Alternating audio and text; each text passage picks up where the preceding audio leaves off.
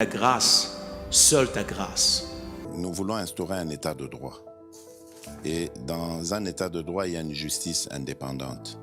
Ce n'est pas à l'individu Félix Tshisekedi de commencer à faire justice.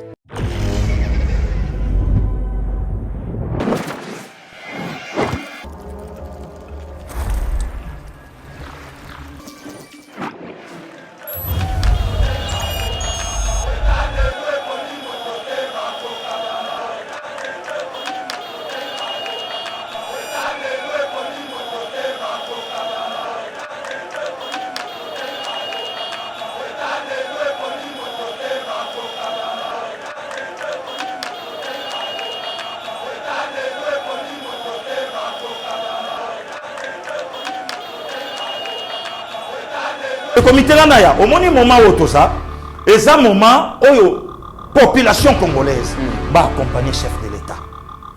Moment où la population congolaise va accompagner le chef de l'État. Oui. Il n'y a plus l'opposition. Opposition, opposant. Oh, yo kotangi langa le même ataba de kona commentaire ba okoma. Quel est oui, de comme le opposition zate. De comme le pasteur Gili pona yé opposition na mboka o ezate.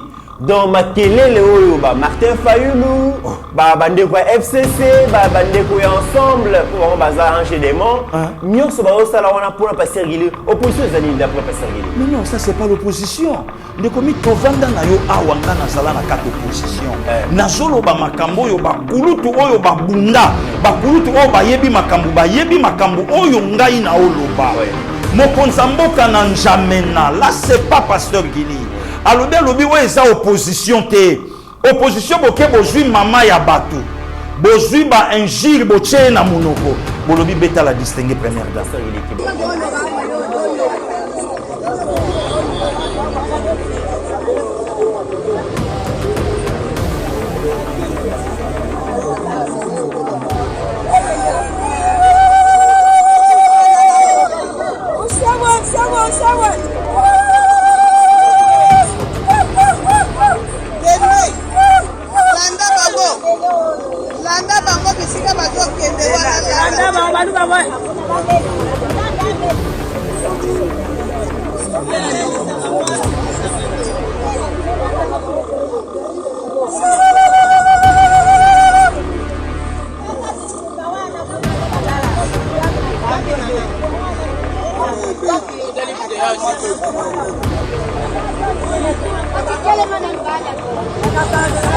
Na yebisho mama wana Denise Nyakero Tshisekedi ana révélation ya osakana te tinda bimisaka Bible ndenga yelaka ye na Bible engelo bake kobola motema engelo bake spirituellement la distinguer première dame on dira comprenant que mère wa sancho so na bina yela ye na ndenga bomoto e ko simba te ngana yebi maite ngana yebi mafuta te ngana yebi matiti te nga eloko ngana yebi ba parana na balakisanga liloba nsambe de komiti oyoki info après autant d'années mbala liboso train elonga de Kinshasa ti Matadi 336 km koleka o ngana to sana mutuka descendo akikolo ici donc nyonso wana pamba eloko te. Donc, Fatia Osa et le côté, il fallait Fatia Assad. Est-ce que les locaux Fatia Salalikam, il faut bien sauter comme pas faillir.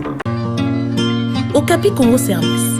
Pour vos démarches d'actes de naissance, jugement supplétif, casier judiciaire et acte de mariage, contactez Okapi Congo Service au 07 58 12 18 04.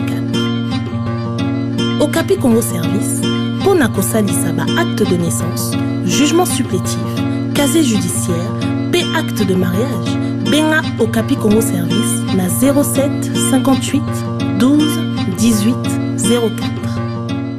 Le président Félix, lors du sommet sur l'Afrique organisé par Financial Times, a accordé à Kibongo, tant comme d'habitude lorsqu'il se retrouve à l'extérieur, échange dans la communauté congolaise vivant à Londres.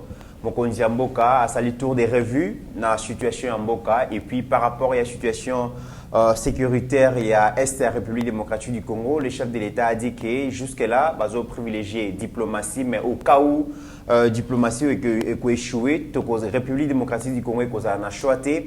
il faudra qu'on ait une option, il y a guerre. Et il faut rappeler aussi que le chef de l'État congolais a été reçu par les tout nouveaux rois. Donc, la Grande-Bretagne a succédé Bongo na reine d'Angleterre, donc Elisabeth II. Mesdames et messieurs, beaucoup landa reportage et puis réaction, il y a Pasteur Julie, Toko le Belapé, il y a résurrection, il y a fabrication, il y a huile de palme, déjà Izalaki Bongo et Koufaki. Mais avec financement et à fond des promotions pour l'industrie, autrefois qui accordait des crédits à des politiciens qui n'avaient pas d'industrie, qui n'avaient pas des histoires, mais on est quand même qu'on soit Mbongwana et Ophélé. Aujourd'hui, avec le chef de l'État, font des promotions pour l'industrie et ils ont ressuscité Bongo, usine, entreprise et Koufapé, ils ont financé Malembe, Congolais, Bazana projet au grand bonheur, il y a des chômeurs parce que déjà, PLZ, il y a une capacité, il y a production, il y a 9000 tonnes, il y a huile de palme par an, mais aussi vous créez 3000 emplois dans la République démocratique du Congo. Donc, Bokolanda Yango, Togolo Belapé, il y a corruption dans ces pays, mesdames et messieurs, que acteurs politiques, Mingi, la comparaison entre système et gouvernance, il y a président Félix, notre prédécesseur Joseph Kabila. Mais est-ce qu'il y a une différence aujourd'hui entre président Félix, notre prédécesseur Joseph Kabila par rapport, il y a question, il y a corruption, il y a question, il y a gouvernance et Togolo Belapé au cours de cette même émission, qui sont finalement les ennemis du peuple congolais. Eza Banani. Lobby peuple congolais a accompagné Kibongo, opposition politique va accéder au pouvoir parce que le régime est en place et qui peut satisfaire le peuple, qui peut répondre à l'inspiration peuple. Mais aujourd'hui, opposition au pouvoir, est-ce que le peuple congolais a dit quoi accompagner ces régimes pour que Makambo change? Pourquoi les lois ne changent pas? Nos députés, au Ebiso Totindi dans le Parlement, c'est vrai que les députés nommés entre guillemets parce que élection en 2018, mais que font ces députés finalement en termes d'élaboration, en termes de proposition de la nouvelle loi pour permettre que Makambo et Kokiko Kende, Torosu qui sont dans le secteur à tourisme, conférence que vous allez le 18 octobre 2022, dans même ligne pour le secteur à tourisme Tokolo Belayango. Mesdames et messieurs, bienvenue sur Eba TV. Très heureux de vous retrouver dans cette nouvelle série d'émissions Éveil patriotique, c'est lui qui a l'information et le pouvoir. Merci d'avoir choisi cette chaîne pour vous informer. Merci de vos réactions, vos remarques, vos suggestions au Komelabiso. Merci de partager ma vidéo et je vous informe déjà qu'il y a Facebook, TikTok, Instagram, pourquoi pas Twitter, Eba TV, effort c'est pour que tout combler bon vidéo tout qui na plateforme sur les réseaux sociaux et Dieu voulant peut-être dans les jours à venir donc vous allez bon na site web na biso oyo bokomo na nyonso oyezoleka na Eba TV dans le souci toujours ya kokende de l'avant parce que bino bolingi to kende liboso. Pasteur Guili, bonjour et bienvenue. Bonjour Ndekomit, bon début de week-end d'ailleurs na bandeko nyonso ya Eba TV oyo bazolanda biso de partout. Je crois que Kimia na mabota na bango, Nzambe a batela bango. Yeba TV, le miroir du Congo actuellement. Donc, nenge bango mo baolo ba le loto za parmi ba meilleurs médias en ligne. O bato bazo vanda en bloc, na ba terrasse, na banganda, na bandaku, na ba mituka, bazo ka Yeba TV, balobi ke bango, bazo ka info ndenge zali ndenge babimisi. Yango zozo kalelo batumsu bazo comprendre malamu te bafingaka mais que Dieu soit loué bon nombre ya bato ba libanda bazo contredire bato ke banana bafingaka te bazo tia ba donner nyonso au clair pour permettre bato ba comprendre babiloko o ezala kilobité lelo yango ezali mieux vaut tard que jamais. 14 octobre et les anniversaires à notre moine Josepha Ngwango, il y a Mama Lili Ngwango, photo Yangoana, vraiment Mama Lili, mes excuses, téléphone est maboka pasteur Gilité, donc lelo kande na moni, pe sikoyo nde yango moni tosali yango, donc leki mutabanda répondre yo sans pour autant à Salangasine, vraiment mes excuses. Na salango publiquement pour na moni que ebetsa ki libaku comprendre que on est à la numéro à la télévision donc eza la portée à mutunyonso donc to vérifier en mot difficilement Mais vraiment, Limbissa, la petite Josepha, bisous de la part de tonton. Donc, depuis Kinshasa, Yeba TV et Rezanif, donc, Ndekomit, l'OBP, biso ba africain, batoyo tolinga Afrique, au tobotama pen Afrique, en fait, au Pensaki, na 11e année, il y a disparition, il y a Muammar Kadhafi. Donc, 20 octobre 2011, 20 octobre 2022, jour pour jour, 11 ans, donc, Babilo, qu'on a faux batuba yoka mokaka, et panabiso. Donc, on dirait mois d'octobre, et ça, moi, moko yamala mouté, pour notre président africain. Na betelaki au solo, le 1er octobre 70. Donc 1970, Égypte a perdu déjà roi, Oyo Sadat a succédé Daka. Yemoko Sadat, c'était le 6 octobre 81. Le 15 octobre 87, Thomas Sankara. Le 19 octobre 86, il y a Mozambique. Et hier, le 20, c'était Muammar Kadhafi. Donc, il faut quand même tout rappeler la Kabatou. Et ce Kabatou Bafandi, non, c'est bon. C'est bon, Pasteur Gili. Alors, Toko Bandabongo, on a déplacement à chef de l'État, mon collègue Mboka, qui n'a participé à un sommet sur l'Afrique organisé par Financial Times, où Bazali Kolobelali Kamboy Afrique. Le chef de l'État a défendu l'Afrique et avenir et humanité en Afrique, particulièrement aussi dans la République démocratique du Congo, a sensibilisé les investisseurs de manière à ce qu'ils puissent investir dans la République démocratique du Congo. C'est un pays attractif. République démocratique du Congo a une potentialité où Batubele, Bakoya, Kosala, Bongo, faire peuple congolais qui a gagné et République démocratique du Congo qui a gagné. Mais Mokonzi Mboka a loupé les Kambouya. Il y a Rwanda, Tokomona vidéo tout à l'heure, le chef de l'État a échangé pendant plusieurs heures avec le roi Charles III sur la situation sécuritaire. Azali ko senga vraiment na Britannique à travers le roi, accentuer bongo pression sur le Rwanda parce que Ponaye et puis ici communauté congolaise vivant à Londres qui est jusque là il y a un démocrate, il est pacifique, il est un diplomate, ils ont privilégié notre diplomatie, mais ce qui a monique finalement, tout comme il a souhaité que la diplomatie permette de résoudre les problèmes. Il y a insécurité dans STT, en tout cas option il y a guerre et cause la bon excluté avant de répondre à la question, tout le reportage il y a tourné à Mokonzamboka, il y a séjour à Mokonzamboka dans Londres. Les touristes du Buckingham Palace maîtrisent bien le rituel. Le déplacement de ce garde d'honneur annonce toujours l'arrivée d'un hôte. Quelques instants plus tard, le cortège de Félix-Antoine Tshisekedi franchit la barrière du palais. Le président de la République démocratique du Congo, chaleureusement accueilli par le souverain britannique, va passer plusieurs minutes en tête-à-tête avec ce dernier. Un entretien essentiellement centré sur une coopération que les deux personnalités souhaitent raffermir dans le domaine notamment de l'environnement. Le président Tshisekedi a saisi cette occasion pour exhorter la Grande-Bretagne par son roi à faire pression sur le Rwanda avec qui elle partage l'espace du Commonwealth pour que ce dernier mette fin à l'agression injustement imposée à la RDC. Après cette rencontre, les discussions vont se poursuivre entre les délégations de deux pays. Question de mûrir les acquis de cette rencontre. Et c'est peut-être une nouvelle page qui s'ouvre dans les relations entre la République démocratique du Congo et la Grande-Bretagne. Cet entretien entre le président Félix-Antoine Tshisekedi et le roi Charles va-t-il aider la République démocratique du Congo à faire accepter sa logique au monde? Ça, on le saura, on l'espère, très vite. L'agression barbare du Rwanda. Le sujet est également revenu lors du débat autour de minéraux, société et environnement de la République démocratique du Congo à l'initiative du programme Afrique de Chatham House.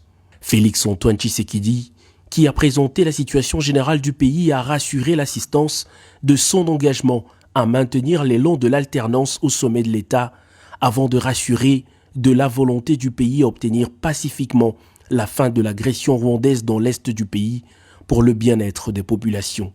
La pression diplomatique n'est pas la seule option envisagée par la RDC pour mettre fin à l'agression du Rwanda. Face à ses compatriotes résidant à Londres, Félix-Antoine Tshisekedi ne cache surtout pas ses intentions et sa détermination. Vous êtes ici au Royaume-Uni, pays du Commonwealth, pays dans lequel se trouve aussi le Rwanda.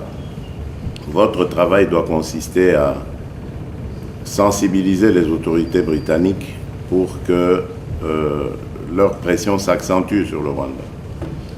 Nous ne voulons pas en arriver à l'extrême, c'est-à-dire à la guerre, mais si on nous y pousse, on n'aura pas trop le choix que d'y arriver. C'est bien sûr la dernière...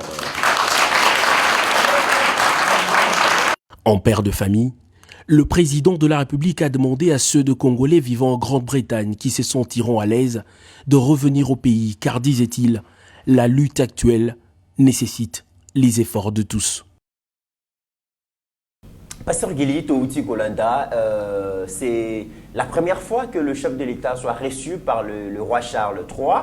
Et tout que Angleterre, Grande-Bretagne, ils ont pays où proximité makasi na Rwanda, tu yebi comment est-ce que ba utaki pe ko signer mikoleleki contrat qui ba financer Rwanda et puis ayamba bon ba immigré créer qui makelele makasi et le chef de l'État a échangé na roi pendant plusieurs heures et puis à solo lipé na bana communauté congolaise vivant à Londres a expliqué ba mon situation en Boka.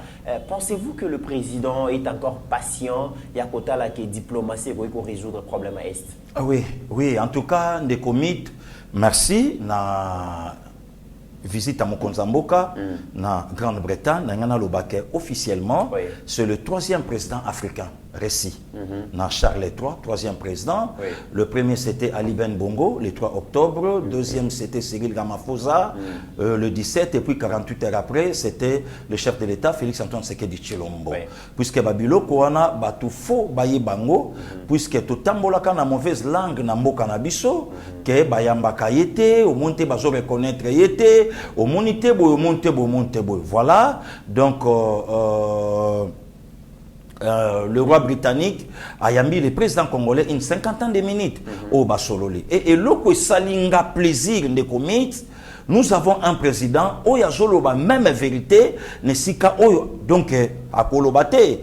Je crois Makambo ya Sololi na bandeko na biso ba congolais, ba yaya, ba mama, ba papa, ozomona même H Dazola sa photo grande sœur na ngazanga mbongo, Zana bato donc Martine Kabea, Bazala Kiwana, ba Flo Kabea, ba ya José, ba ya Nicole Kabea. Vous sentez que Mokonzamboka a lobby résumé ya Makambo ya Sololi na roi, sûrement a Ebisi roi.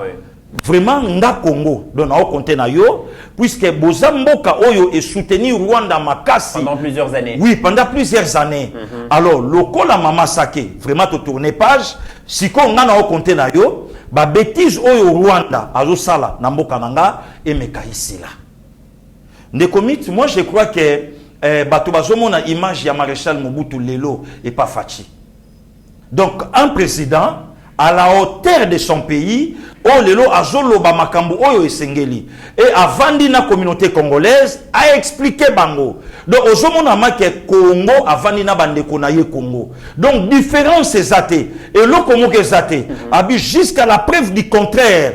Tozuna nous voit il y a diplomatie. Cela veut dire que eza faiblesse. Et la faiblesse, c'était pas sur Guili. Oui, mais l'opposition, bah, lobby, on appelle ça pleurnicher. Mokonzambo, comme il funda, azo funda Rwanda partout. Et ça collé là, alors que moi, on m'a raté, pas sur Guili. Le président. Le président congolais n'est pas un président plaintif. Selon les bateaux Azoloba. Quelle opposition les logos ils ont à Congo Oyo Tangelanga? Opposition ni. Opposition Oyo Mtacha Makele la loba une fois. Élu chef de l'État Kabila Namakala. Une fois élu chef de l'État na kozwa kan kokolo na longoli yango ekekuna et comme le loba tuna yo soki wala Mokonzamboka on doit loba na Paul Kagame nini et comme makamususu. Oh moi je crois que bandaki bazwa makambo oyo balobaka na Mokonzamboka na Paris mais comment Paul Kagame azoloba boyo vandisui mais lelo to Mokonzamboka na biso azoloba ozo sentir que mukila Paul Kagame et continue kati ça c'est pas une opposition. On est ça opposition à barbare. Donc et l'autre mon côté ya malonga ezakuna. Mokonzamboka ake azo bamboka nyon son témoin. Bozomona makambo Rwanda osala.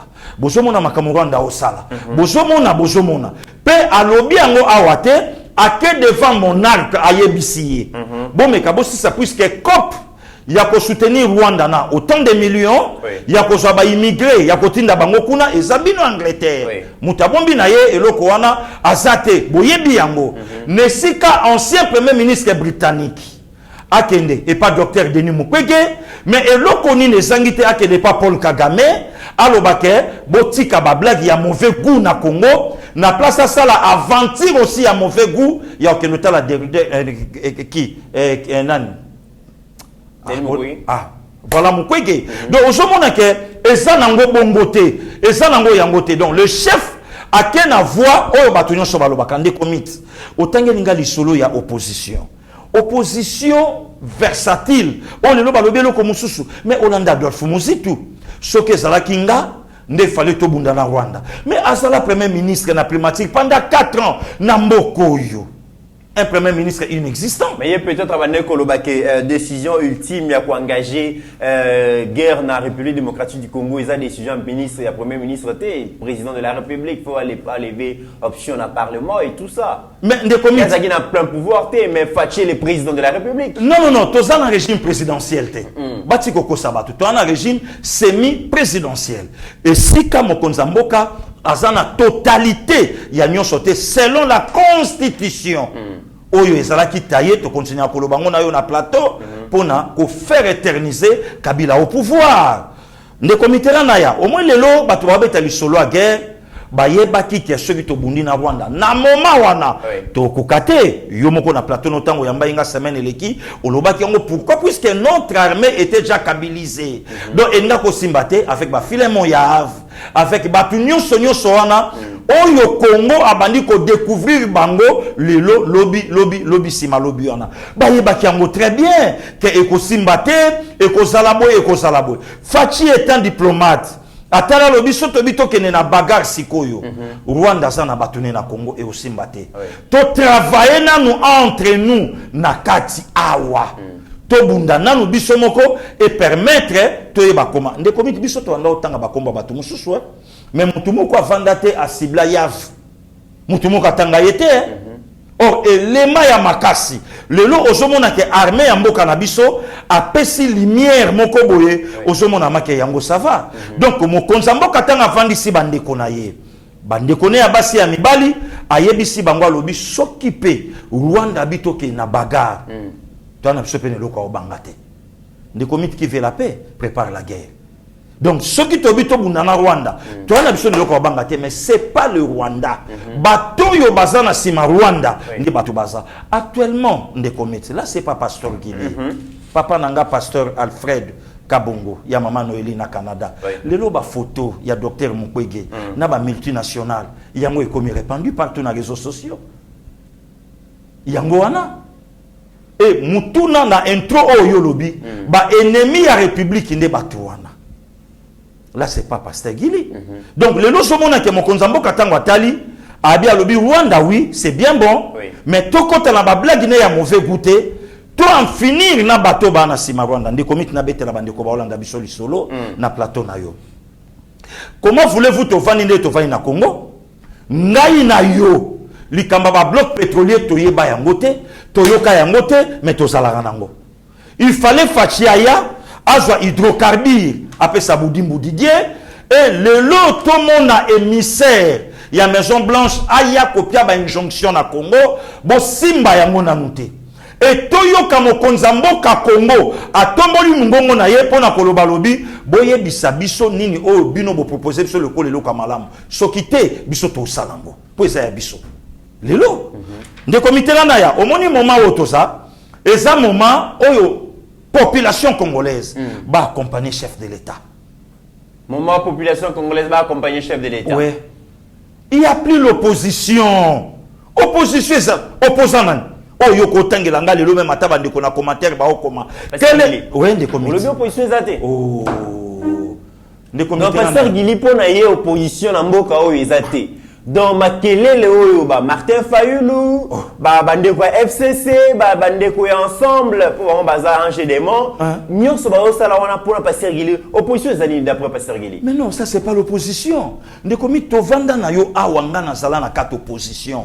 Na zolo ba makambo yo ba kulutu oyo ba bunda ba kulutu oyo ba yebi makambo oyo ngai na oloba. Mokonza mboka na njamena là c'est pas pasteur Guili. Alobi ouais eza opposition te. Opposition boke bozui mama ya batu. bozui ba injire boche na munoko bolobi beta la distinguer première dame. Pasteur Guilé Keba. Tant que vous avez maman Marie Massemi, il faut ça l'attention. Nanini. À combien de dimensions vous avez? T'as la vidéo, on a tout aujourd'hui.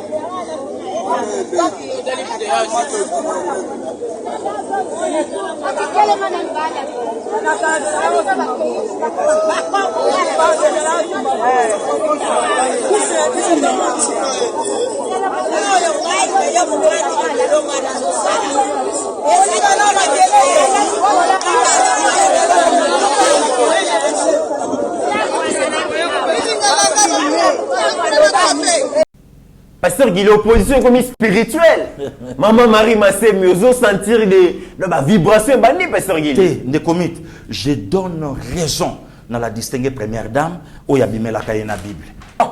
Na yebisho mama wana Denise Nyakero Tshisekedi a na révélation. Ya osakanate. Sina bimisa la Bible. Ndenga yela kayena Bible. Engelo bake voilà motema. Engelo bake spirituellement la distinguer première dame. On dirait comprendre que mère wa sancho. So na bina yela yena ndenga bomoto e ko simbate ngana yebi maite ngana yebi mafuta te ngana yebi matiti te ngai eloko ngana yebi ba parana nga bala kisanga liloba nsambe tikana bimisela ye Bible po yango moni maman Marie oyo afanda ki na la distinguer première dame. C'est comme si on dirait deux personnages différents. On dirait yete oyo on l'exhibition de commis. Mais la distinguée première dame a réussi comme maman Marie n'a repentance. Parce que malgré la qui est Bible, mais bon, pasteur Guy. Au contraire, quand tu as commis qu'on l'a qui c'est une vraie face d'ailleurs. Où tu m'as vidéo, pasteur Guy. Te basambela. A yambaye, a talisaye prière, a lakisaye badonné. Et au mona mukila ya Marie et kotana kati. Mais ce qui n'a que plus loin, ne commit. Nga mikolo maloba nanga ekomi afingi. Ce qui n'a que plus loin, c'est comme si on dirait Marie à cause de mutabu. Ba es ne commit. Ne commit. Nalobi akoyi cause la mutabutu. Ozomo na ba esprit na ba Martin Faoul les okutana ebimi. Tala mutabimi. A fini la distinguer première dame, mbalamoka de bakotier na bureau, ce qui a décidé, voilà na bureau politique. Est-ce que vous comprenez que dis-moi qui te fréquente? Au fréquentakana ni po bisoto yeba oyo sali. Opposition comme il y a qui siné ba kino ba yagwa. Mais wana sikoyo kokufa na liboma ya mère wana place azokende. Puisque mutu o ya bundisaka, mutu batindi asa mutalo sambo.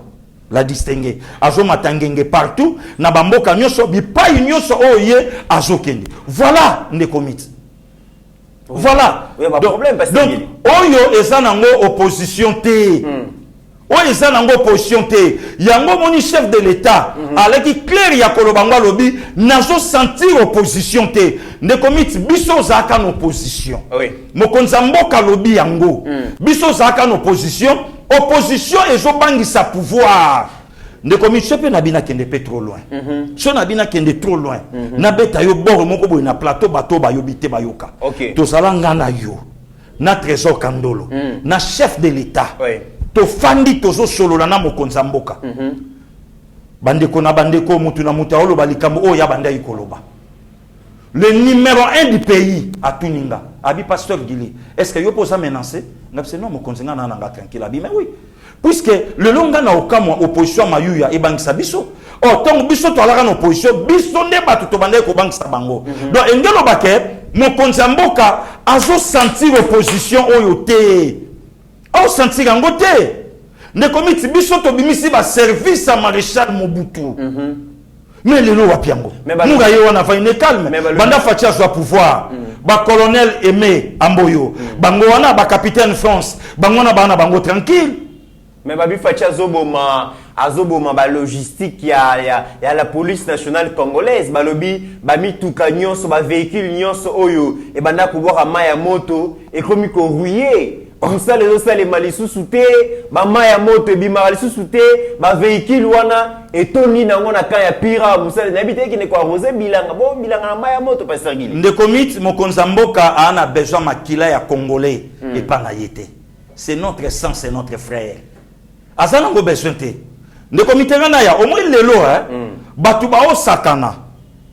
Bagaze komi périmé. Nalobi yo vivant masolo ya Saint-Dominique. Est-ce que lelo ba sango balelaka? De komite là ba congolais ba salaire te. Fachi c'est notre frère. Fachi a une mission. Na bete la bande ko ba olandanga na yo na plateau, li solo ya marche ya 16 février 92. Ya église catholique a menacé ouverture ya conférence nationale souveraine. Wana premier ministre Jean de Ngunza Carli Bond a eu une opposition. Président ya Uferi, parti ezalaka na 15e rue na Petit Boulevard. Ministre ya défense vient nanga Honoré Mbanda Zamboko. Mutabimisle so baniva. Alias Terminator. Alias Terminator. Abimisle so baniva ebima. Ne komit to vanda marche leki ba soda ba beta biso ba Christou ya Église Sainte Catholique.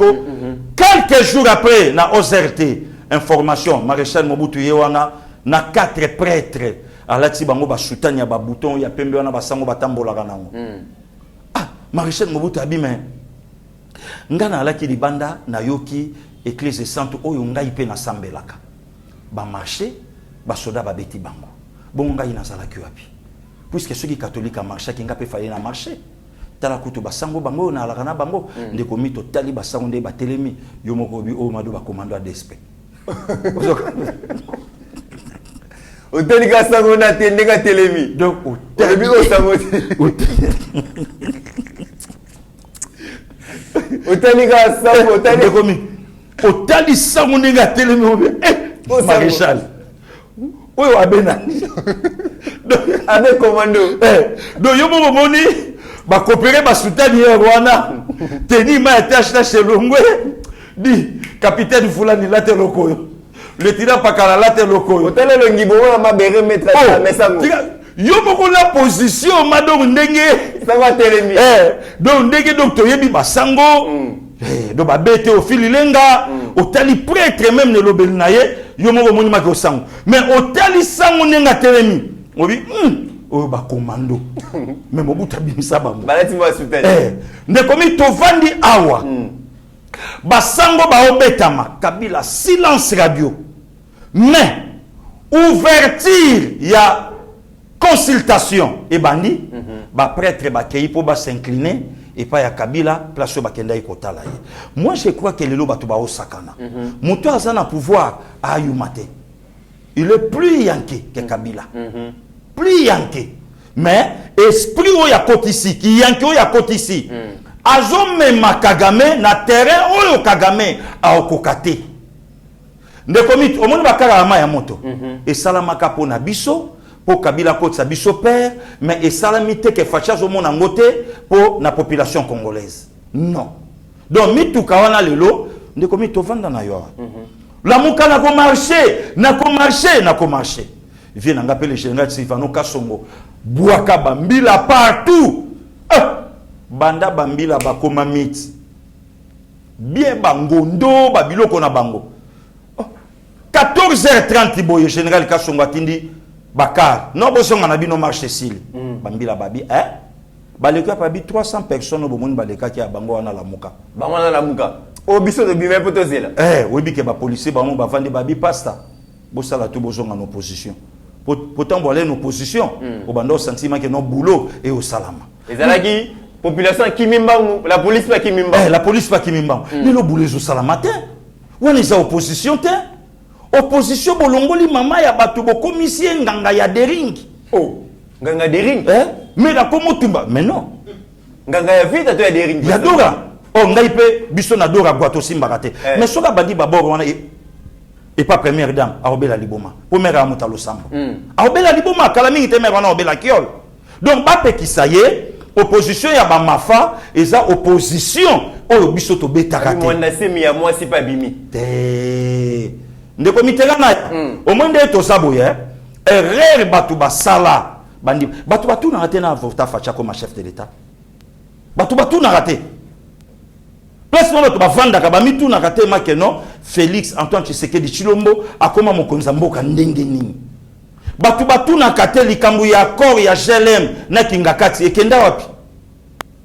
Batu na kate le président marionnette et si là batu na kate que non c'est Kabila qui contrôle batu na kate na kate que arma ko simbate justice ko simbate batu na kate donc makele nyo sone si là ti ne commit batika fachi a une mission il y a ko restaurer il y a ko reconstruire il y a ko rebâtir Congo na ye donc babiloko ya ba mama mariwana fayula za na Belgique na yokaki aji hotel moko musika pembe na aéroport abomba mikuna oh akio sanyi nguna ndeko miti abima na matonge o bayambaki fayulu te na ebisio bayambaki fachi o bayambaka ye fayulu abima lisusi ko abomba min hotel moko bafungoli nga na réceptionniste wana hotel alobi pasta vie à côté yao vie à côté auti Canada échec ayesiko na bela donc pour omona ke lelo mais tala le président congolais ndenga fandi na ba oyaye ndeko miti opposition ko simbate oye lelo nga na osepela na réaction ya makambo nyonso o lelo Rwanda osala batu ba otuna te lelo Paul Kagame komo loba lelo batu belé na Rwanda ba komo loba na malamu pe na mabe mais pourquoi pas banda 18 ans banda o loba te le maître mutabanda o diriger mboko c'était le Rwanda et à la ki Rwanda ba décision ba biloke belé ba makambo belé et ça la ki Rwanda mais tant fils maison aye azumboka ndo sentir ba réaction oye bandi Kagame lobby non Fachiboye tout ça te ne komi tu vois oyo mokonza mboka nanga azui voix mo ya malamu aye bisi Kagame nazo banga nanga bitumba te pe na obanga te oyebi différence ya Fachi na Laurent Désiré différence ya Fachi na Joseph Kabila eza clair Laurent Désiré alaki intellectuel aïbaï koloba likambo théoriquement mais pratiquement politiquement à la qui est le côté Joseph Kabila sur tous les deux volets que ça soit Logos et Rema zéro mais Fachi aza comblé que ça soit dans politique ou dans diplomatie ayebi yango malamu différence yango wana yango le lozomona un président talanenga osolana monarque un président taninga solana mère nae un président talanenga ba yambaye partout vous sentez que lelo ba madusu oyo nyo se fonga makana Congo et comment kangama mais pasteur Gili to ke neto le belali kambo ya mokonzi mboka accéder au pouvoir azui pouvoir mais ba levier quelques leviers à pouvoir maneko échapper parce que nengolobi la constitution na biso zo permettre à exercer pouvoir librement et moko pouvoir à partager constitution salamaki bongo na taille ya Joseph Kabila mokonzi mboka bundi par ses différentes stratégies a une majorité mais majorité on a auto bengi union sacré lelo ezaki censé et puis ça y est quand même pouvoir ya malonga sa musala na ye toyebi que constitution oyo tozo salela lelo eza constitution oyo UDPS na 2006 aboyaki yango population pas lingaka te parce que azalaki côté ya opposition mais communauté internationale le fait que ba pesa ba mbongo na ba menacer que ceux qui référendum et l'équité il y aura des représailles et tout ça et puis même à référendum mango to kamwa kango voilà to kamwa kango mais le lobo pasteur Gili le président Félix est au pouvoir a eu majorité au Tobeng Union Sacrée lelo pourquoi ba député ya Union Sacrée bazo kokate ko changer constitution ba pesa biso constitution ko pesa mokonzi mboka liberté ya kosala musala pourquoi ba ko sala ba révisitation ya bibeko mususu te ozo bloquer mboka parce que d'après ba expert balobi constitution biso zo créer biso ba problème et belé qui ko résoudre ba problème union sacrée dans parlement ba député ba osala nini loi kutu ya ancien président ozopesa Kabila mbongo belé ti lelo ya mwana tozotala ngoka ndenge zoleka ndeko mit na oye biso eloko moko to sambela nzambe mokonza mboka na biso azwa deuxième mandat pe akozwa ngo yango moni bitumba ya bato ebele bazolinga facha suka na bango awa ndeko mit nga na okamwa ntango bato mosusu bazoloba ke bosala par tous les moyens facha azwa deuxième mandat te nana oloba makambo wana pechu wana bolochwa nana oloba makambo wana pechu wana luwara na Tanzanie nana oloba ba bêtise wana pasteur aventurier au Afrique du Sud o lelo azobika na mwa mbongo o bapesaka mama na likama o mama kuta nango gouvernement sud-africain efutaka nesika ayoka ta pasi ya makambo mosungi na ye akutana na yango ya vandwana pona kotake mboka ya vandwana pona kofinga pasteur Gili ya vandwana oyeba ke alaki na armée de victoire archi a bengana ye a suspenda ye po mutu hein on dirait eza na mwa ba problème kombo ne alaka prophète Élisée te kombo ne alaka pas de mulolo pas de mulolo kombo na ye osomona balakisa ta image moko ya zote ndenga salaka wana donc avant d'assurer à s'occuper beaucoup plus na maman pour ceux qui ont ba armes non conventionnelles et ya kokoma passer Gili na avertir ba yebisaye azela ceux qui ba futa la mère les 5 bien les 12 bien les 20 ya ngono moni ya zovimbisa la matama voilà donc c'est ça ndekomit au moni parlement wana il faut mo konzamboka zo deuxième mandat ce mokonza zui deuxième mandat na majorité na ye nde aussi ka au moni place bato belé ya motema mabe bayini ya Congo balingi te fachi azwa deuxième mandat pour ko bouger babilo kebele quel est ce parlement lelo oyo ko tchela motema quel est ce parlement ya papa Molière parlement ya ba Daniel Safou ya ba Christelle Bwanga ya ba papa Molière parlement ya ba Zebele pasteur Gili baza ebele yo tu nakaleki na biso te Christelle Vanga kenda même atana ba itando ike ndenga salaki succès batu balinga kiye otu nakate lokola zwa visa nzela okende poto kota na Facebook na ye okoti na Facebook netale lamba ta la forme est-ce que député lokola Daniel Safo peuple congolais vraiment ba kovanda ba chele motema non bango baza ba député merci Kabila oyo peuple a voté ki bango croyant que ba pona peuple akotaka na commission défense et sécurité akenda travailler na Jeannette Kabila de wana ya l'exco mabete wana koma ki bien non ne commit au moins lelo ba difficulté au mokonza mboka okuta nango il faut azala accompagner na biso peuple il faut azala accompagner na biso peuple biso nde batuto kosilisa ba makambo nyoso wana pour permettre to mokonza ko deuxième mandat babilo ke belé to bouger mais peuple sikotango ozosenga que peuple accompagner le président Félix peuple p d'une part aza déçu comment on a que opposition va soutenir que comment na pouvoir c'est comme si opposition il faut pouvoir comme il faut se servir opposition par exemple le lokola ya Jean-Marc Kabunda zaki chouchou ya population quand Jean-Marc Kabunda parlait les gens venaient marcher et tout ça il faut pouvoir et le moins le peuple d'abord et comme Jean-Marc d'abord Villa na Kingabwa Jean-Marc Kabunda place à la prison a regretté même bato bakosaki wala nga na biso vérité Jean-Marc Kazo regretté bato nyonso bachaki une erreur ya ko sala sortie diabolique o ya sala na Kingabwa kuna a regretté Jean-Marc a quelle prison Jean-Marc a qui président ya IDPS tout na ba combattant apport ya Jean-Marc Kabunda na présidentielle à parti a sali na parti nini c'est à peine que CG Augustin Kabouya a arrangé même na batol il y a siège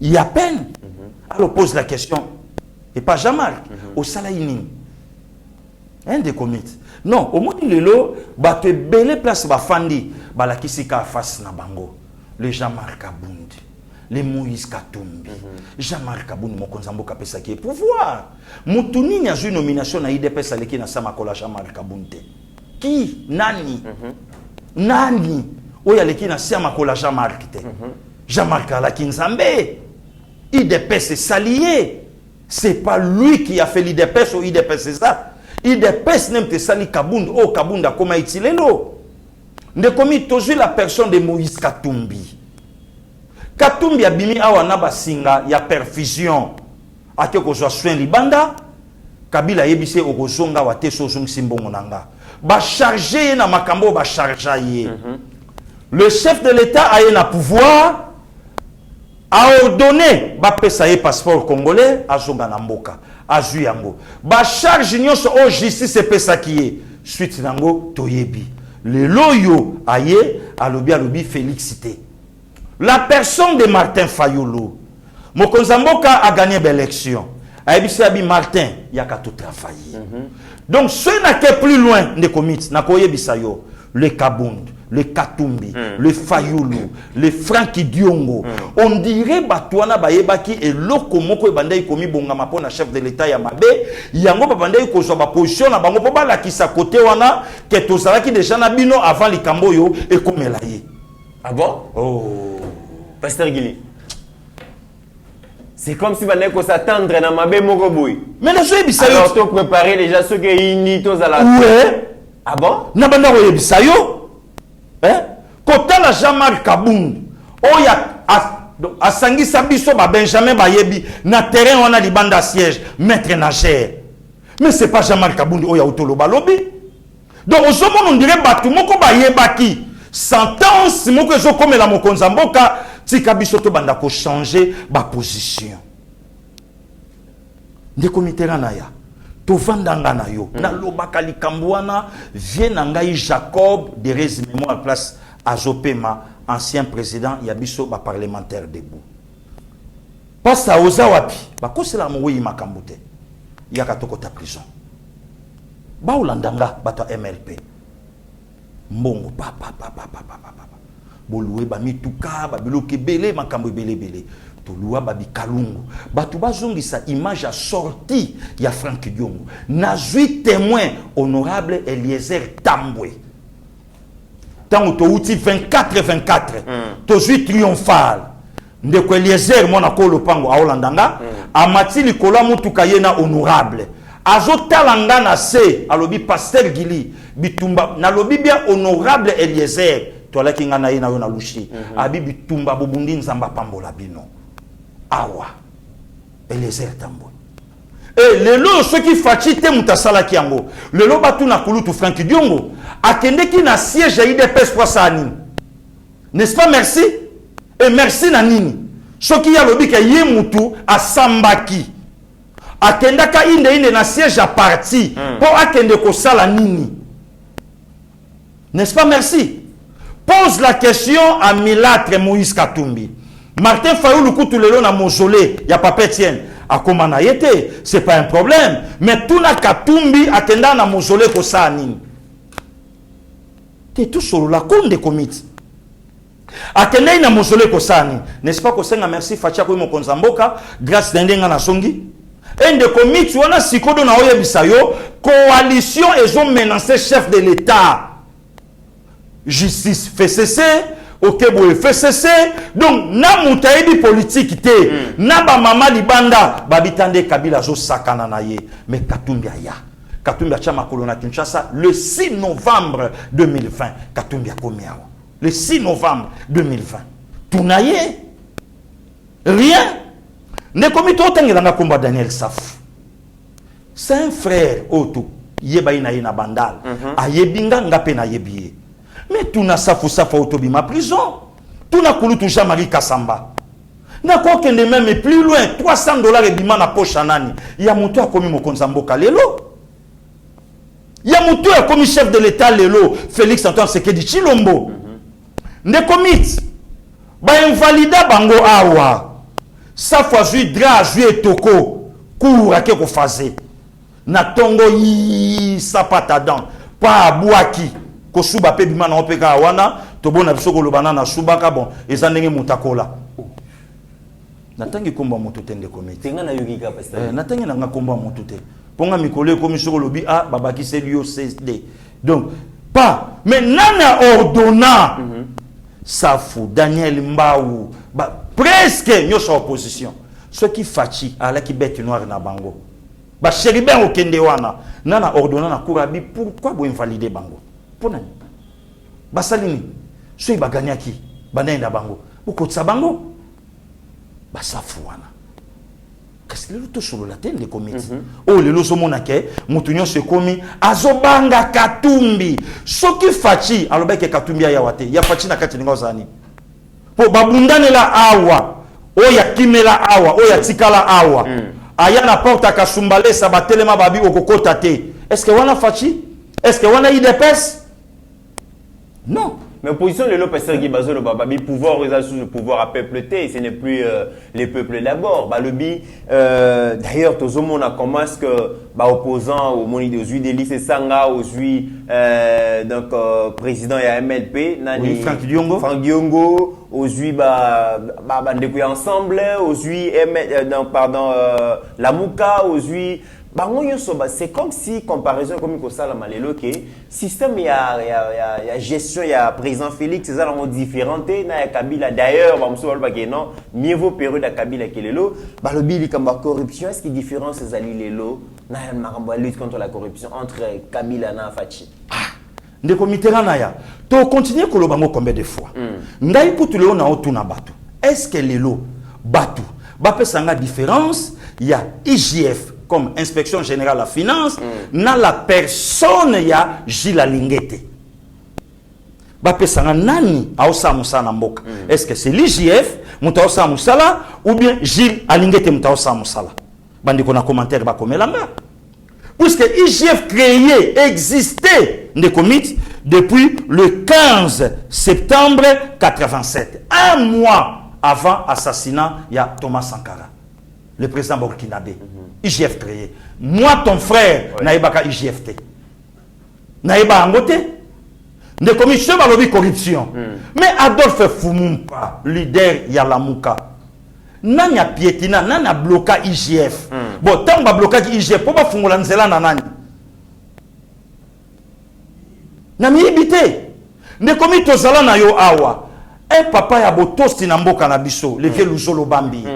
Alors bien lobby Congo a perdu au moins 14 milliards par an.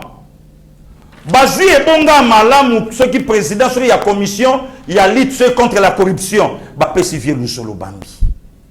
Écoutez vieux poste. Écoutez vieux poste. Mais tu le balo baki IGF pasteur Giliza makele la pamba. Pardon des comités. Na masolo musugu toyo kaka. Na masolo ndenge toyoka. Kaka mutoyo asala ke papa Dominique Sakombi. De res mémoire azanga lupango na ye na ma campagne kaka pe mutoyo asala ke vieux Luzolo Bambi alongwa bolo pona terrain moko na sima ya hôpital ya Kitambo ndenge toyoka.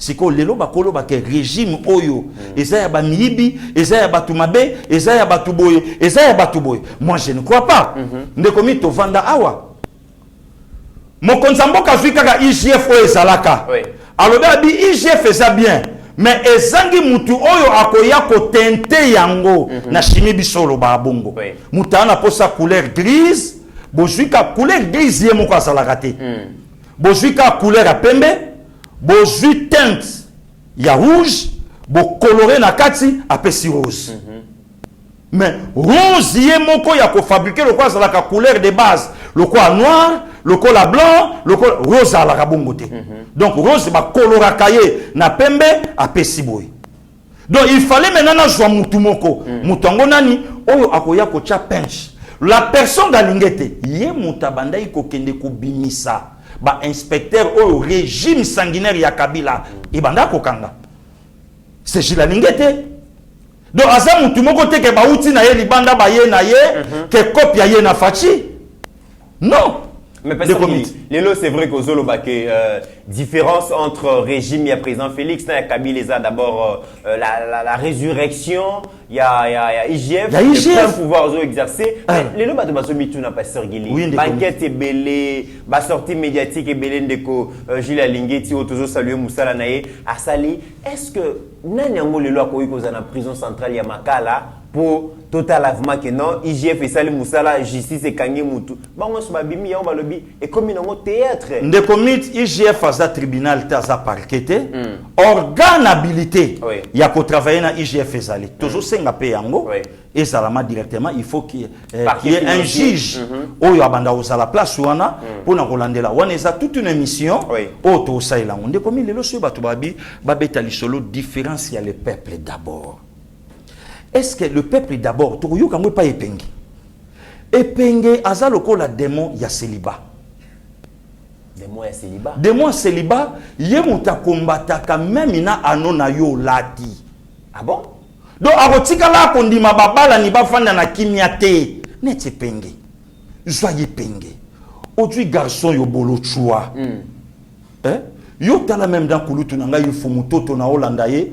Akeko lo balobi alobi eni na yo yango zo sala ke ozala ruiner tala ngala lingi mo wana te ngala lingi ba expliquer ngona lingala motema mabe na yo yango zo sala ko beba ndengo zo beba wana. Ah bon? Motema mabe zo komisa impact alors kazana le lengi alors kazana le lengi po ce qui mutalobi omoni eni na yo muteye sala ke ozala ruiner ezo kende moi propre motema mabe na yo ndeko mi tozala kiao pondi mamusala IGF osala lelo tala budget mboka na biso ekomi batu lelo ba obeta lisolo balobi ke mais budget ngozo matato mone le côté ndeko mi tout na papa naya que je salue avec tout le respect biso tola ki bana mikie compagnie appelle Z et Zalakawa ya mafuta combien de temps avec ministre ya nani industrie Julien Paluku voilà Julien Paluku lelo pel Z yango wana na kisangani ba société oyo e monanité na époque à musée na époque à mwana et kufa depuis époque à maréchal mais ezo résurrection nango lelo na époque à Fachi Soteski voilà Soteski na kisangani oui donc yebisanga de comité ranaya na Bukavu na parlons même pas et nous sommes les locaux lobake mbongo ango tozomona ngo te yango mbongo ango fallait sko dongo mona ndeni baye na porte balobi broa botala mbongo oyo les pasteurs Barnabé Mbwakadi à côté ici mutoyo asali recette oyo l'équipe budget ya Congo mais ya salango na 1 mois responsable à DGI de régime à Bajuisser de Fachi à osa et l'autre côté donc il fallait Fachi aller à la télévision ayebi sabino mbongo oyo etongi palais présidentiel mbongo oyo ezongisi cité wana ya mongaliema donc fala lo banabino ke grâce à travail alingeta zo sala grâce à travail oyo ezobima et pas Nicolas Kazadi alors grâce à travail oyo ezobima awa na DGI tout ça donner un te sali boté de commit oyo ki info après autant d'années mbala liboso train et longa de Kinshasa ti Matadi 336 km koleka o ngana to sana mutuka descendo ati koloisi donc nyoso ana pamba et le côté donc Facha osa et le côté il fallait Fachi Assad est-ce que lelo pour Fachi Assad likambo il faut bisoto comme pas fayulu tout dans l'extrait il y a PLZ de Pasteur Guili font des promotions pour l'industrie ou ils financer wana oso provoquenga sala au peuple elingi o ancien président ensemble de fambongo pona tata na ye to na extrait wala de commit Kilo viennent d'effectuer le déplacement de Vanga dans la province du Kwilu pour évaluer le niveau de réalisation du projet Krishnovic et apprécier l'opportunité du maintien de la date de son inauguration prochaine par le président de la République, Félix Antoine Tshisekedi Tshilombo. Ce projet, qui a reçu du FPI une subvention et un prêt, a investi dans la production d'huile de palme et palmiste, ainsi que le biodiesel. Ce financement avait été accordé dans le cadre de la mise en œuvre du plan directeur d'industrialisation mise sur pied par le gouvernement à travers le ministère de l'Industrie. Sur place, le ministre de l'Industrie et le directeur général adjoint du FPI ont visité les usines de production de l'huile de palme brute, l'usine d'huile raffinée, l'usine de l'huile palmiste et enfin l'usine de biodiesel. Le constat fait est que les travaux sont réalisés à 95% et que les ingénieurs et les autres équipes travaillent d'arrache-pied pour finaliser les travaux de finition. Une fois opérationnelle, cette usine qui renaît des cendres de la plantation levée au Zaïre, PLZ, aura une capacité de production de 9000 tonnes d'huile et pourra créer environ 3000 emplois. Et le ministre de l'Industrie, Julien Paluku Kaongia, s'en est réjoui, d'autant plus que le projet va lutter contre la pauvreté, voire créer de millionnaires en République démocratique du Congo. Pasteur Guili Toti Kolanda, Fonds de promotion et industrie, je rappelle que ce n'est pas le seul projet aux financés. Tout le monde a la construction de l'école dans Mbujima. Et je rappelle que Mbujima est le chef de l'État. Semaine prochaine, on va déjà connaître. Mais tout le monde dit le lobo est battu le misal les athées pour na baelenge.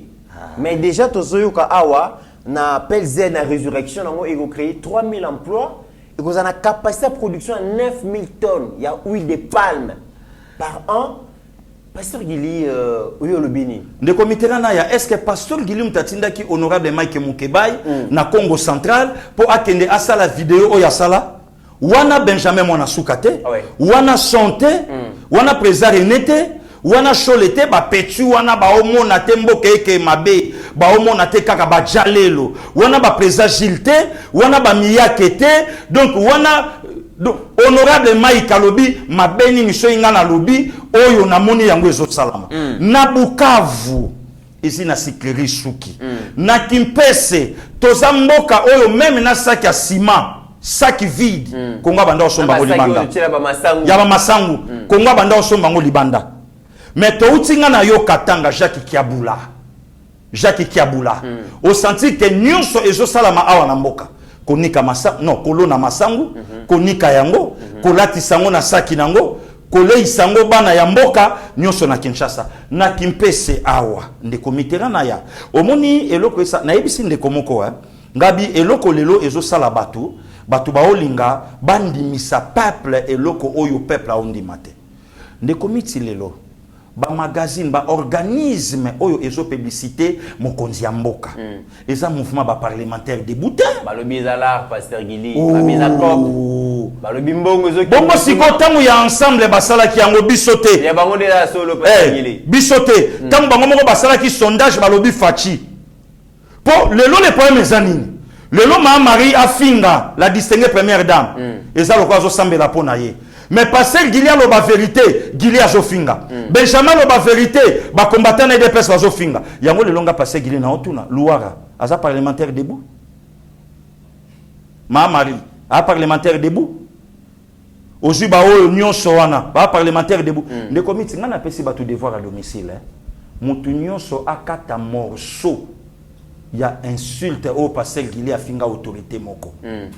Na pesi ba tu devoir à domicile mutu nyo so place a Holandanga aluka vidéo nanga akata abi ozocha monoko awa ofinga te mais ba tu ba zo ba ke billet za vide pour na nini billet o miteli bango billet za zéro billet donc billet za négatif ne comité na ya ko restaurer un président civil ko restaurer armée ya mboka na biso Mutumo abenganga abiye bisa Benjamin mwana suka actualité jour na okuta yana ko bete makofi bango ka batu babeta comment ces jeunes na ko yiko baki bilan eza largement ngai kutu na accompagner lisusu bench olobi largement positif on les tout monde ba de au métallier babi elenge sous pour pouvoir désolé biso bon oui ça problème était ne commit na 3 ans bazo réhabiliter Mama Yemo. Na 3 ans, bazo réhabiliter Sendwe. Na 3 ans, Soteski. Ezo sala makuna Kisangani. Na 3 ans, ba industrie. Oye bandi kotonga mapo ezo samisala. Tolo bate, na 3 ans, budget outi na 14,6. Mais ba on va pas na 3 ans te perdre Bunagana. Oh, ndeko mitera ya. Ngana o continuer ko yebisa batu ba blague ba mauvais goût ba betango e pa batu. Ça fait combien de temps Congo salaka assujetti na Rwanda? Combien de temps? Na 3 ans Kabila est toujours libre. Oh, na lobby ba mo ba lobaka e po bandi mabino fo Kabila ba kanga bona ebite so kanga asali. Ndeko mit ata likolo ekiti na se o ya kondimate akondimaka ate. Oyo akondimaka ate. Mais na bateau nyonso ba otala du moins bafandi baotala nous avons un président oyo aza na volonté ya ko changer mboka oyo. Donc toana mokonza mboka oyo amipesi corps et âme pona ko sunga mboka na ye ekende liboso. Ndeko miti na yebisa yo oyebi degré Congo ezalaki même na mvutuma. Degré Congo ezalaki même na sorcellerie. Degré Congo ezalaki même na makambo mabe ondimate. Ndeko miti biso ovanda awa baleki na ngai ya lemba tokendaki ngana yo kotala mama. Akufa dimanche mokolo bato bapemaka. Thérèse Kapangala akufa dimanche. Donc ozomona dimanche ngo solo ya makila na mboka. Lacrymogène kolobate. Arma tungulu bazwa en plein jour bakenda na ye. Mais les lots ont senti que non, batuba o tambola batuba oloba. Jusqu'à tel point, comme même koye bisa mokonza mboka, liberté d'expression au le commis na Congo, et ça lui sous bongote. Voilà. Les comités bazo lingaba distraire ba parlementaire debout. OK. Ah, les insultes de l'IDPS, les insultes de l'IDPS. Té, bazo lingaba distraire ba parlementaire debout. Va faire tromper nos parents, la distinguer et son mari, na ba konzina biso, botala ba parlementaire te, ba parlementaire bazo répliquer kaka o ezo salama parlementaire de bumogota lelisa batu na intervention o pero luara salanga na mikili. Très bien. Azate parlementaire de bumogota yo kankele, bala kisanga parlementaire de bu oyo afinga mama Karine Katumbi. Balaksanga parlementaire de Oyo afinga mama Esther Fayoulou. Balaksanga parlementaire de Oyo afinga mama Chantal Moussitou. Pourquoi tout simba bangote? Pour bakota na bango jamais na terrain politique. Très bien. Si ko biso to accepter, mutavandi azui bagana ye aye ko mekango na nzoto ya la distinguer. Te biso to lo baté c'est la démocratie. Bakuta na biso na nzela na bango. Bakuta na biso na nzela na bango. Et loko yo sala nini? Voix na biso ezo kanga. Nde komiti yo ko la période loi sala émission un jour 3,5K. Parce qu'il a sala émission bo et là il na ba 40 000. Kasi nyo so na kandate. Ba méchant. Ba méchant. Voilà. Et ça qui bazo fingate. Le bilan est largement positif. Oyo fachi o se topesi encore deuxième mandat. Bato ba mona nde komiti biso vanda awa. Kabila na pouvoir à celle biso Paris foot. Na continuer à kolobango lelo même na plateau na olobango. Na ba mama ba yebi ba match nanga yi mwana mobali na yebi match oyo kaka mama ay mondelo akati biso papier vraiment. Tala mama telemi otali teleboka ba papier. Evra Joseph Kabila. Kabila celle biso entreprise ya ba kuluna. Tala ndenge kuluna e botami na génération Kabila comme pas possible. Donc lelo makambo yo batu ba olinga baloba batu ba yebake fachi aye ko bouger makambo ebele tozana tina ye penga lobate tozana tina bolochwa bandana nu komi bongama nanu ye moko biso to alaka na opposition mais lelo ozomona bolochwa azocha même choko na couleur na ye ya peau ezo bimaneti moi rouge yango te. Très bien. Donc, niveau biso tozali lelo, biso tozo soutenir mboka. Pourquoi? Puisque tout le monde qui est mokonza mboka na biso, ça va. Voilà. De komiti ngana yebisaka batu, biso tosi toyebi ndenge babundaka. Donc, batu ba mitungisa makate. Ah, ba parlementaire de buba na niveau te. Parce que gilitane ba fingio. Ngai naza mon école primaire. Otakenga na botika yote. Na Olanda oti na suka mais boye bake maloba na ngata nga na lobaka yango mutekendaka. Donc fachi bilan na eza positif. Otali na armée ngana otokoto ya armée ya mboka na biso ya koloba na kati ezate salaire ya ba militaire ezobi ma commissaire doit oye na enseignement na EPST et pas mettre tenu mo bakaza di deuxième palier yango yo ozomona ma que c'est bon ministre azana kata terrain azo travailler aménagement du territoire Gilwando mboyo ozomona que ça va OK na affaire foncière et pas Molendo Sakombi ozomona que ça va OK pas maman Gisèle Ndaya n'en parlons même pas et lingi lobake batu bazolinga basala campagne de diabolisation mais ba kuta na biso na 2023 d'ailleurs tozana un président oyo abombaka makambute to mokonza mboka salobaki na bilan na ngai na poche na ko présenter peuple donc tozana tant kolanda ba Délice Sanga te pour Délice Sanga a participé na ko boma ba congolais a travaillé na RCD na betela oli solo a travaillé na MLC na betela oli solo donc le loi ça na conseil mon côté oh le loi ko pesa biso sur fachi voilà. Mesdames et messieurs, nous sommes à la fin de cette émission. Je continue à rappeler que les secteurs du tourisme et les secteurs qui diversifient l'économie, les secteurs qui créent beaucoup d'emplois, les secteurs qui renflouent qu'est-ce à l'État en matière de mobilisation de recettes, les secteurs qui ouvrir Congo na bapa ya libanda, tout est question ya ko manager secteur wana, placer l'homme qu'il faut à la place qu'il faut pour le que secteur à tourisme mais aller parmi les secteurs et côté Sarambongo et belé ba payer belé bazan ba ressources sur le la RDCT mais secteur kaka tourisme et permettre à Kabango ba survivre et c'est dans ces cadres là que le 29 octobre 2022 à partir de 9h déjà na même ligne hôtel Didier Baye expert africain dans le secteur tourisme à ko sa conférence et vous a conférence débat a expliqué comment Bisso République démocratique du Congo, Otozali Bongo pays vraiment touristique, nous avons flore,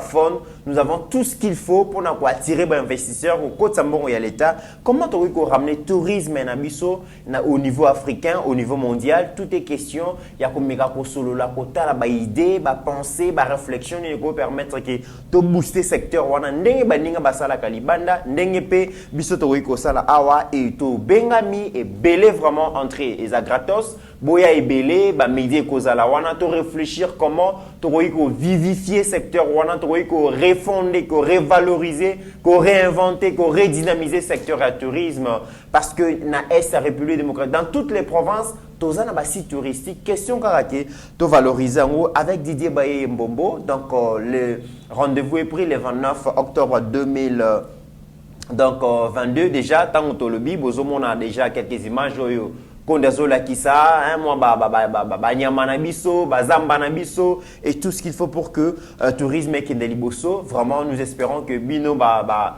Lingaka tourisme, Boyato Mekako réfléchir, Tokabola Maïle. Pasteur Gili, Tokomina sur l'émission Le Monde de la Fin. Non, bon retour au pays, mon vieux Georges Djimbi, donc Nzambé à Batela, Yaya Moto. D'ici 4 matins, retour aussi, il y a ma sœur Bibi Djimbi, Nabof Narcisse, Mabela Bakoko, Ezo Selabino et Yambabino Nakimia. Maman Lili, mes excuses, Maman Lili Ngwango pour l'anniversaire à Josepha.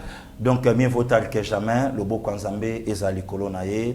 Maman Rose Bichérera, Nzamba Batelona Papa, on est toujours ensemble. Merci beaucoup. Salutations spéciales na Floringoma, salutations spéciales na Maman Marthe Sangaketo, salutations spéciales na Stéphane Milando, salutations spéciales na Binonio Sobozali Kolanda Bisso na République démocratique du Congo, mais aussi en dehors de la frontière na Bisso. Mesdames et messieurs, au-delà de nos divergences d'opinion, n'oublions jamais que nous n'avons qu'une seule nation, qu'un seul pays, la République démocratique du Congo. Continuons à aimer ces pays. Pasteur Gili. Oui, des comités n'angana loba et le comment que zotambola na mingi na net que deux gardes chefs de l'État aux arrêts. Donc ça n'angwe le côté. Tant ba kotaki, il fallait ba signifier na ba frontière to tambola kana yo que ba la ki na 5 GP puisque ba ba rapprocher Mokonzi. Alors le quoi ba kotaki na Mokonzi là n'a pas problème mais tant wa kobima.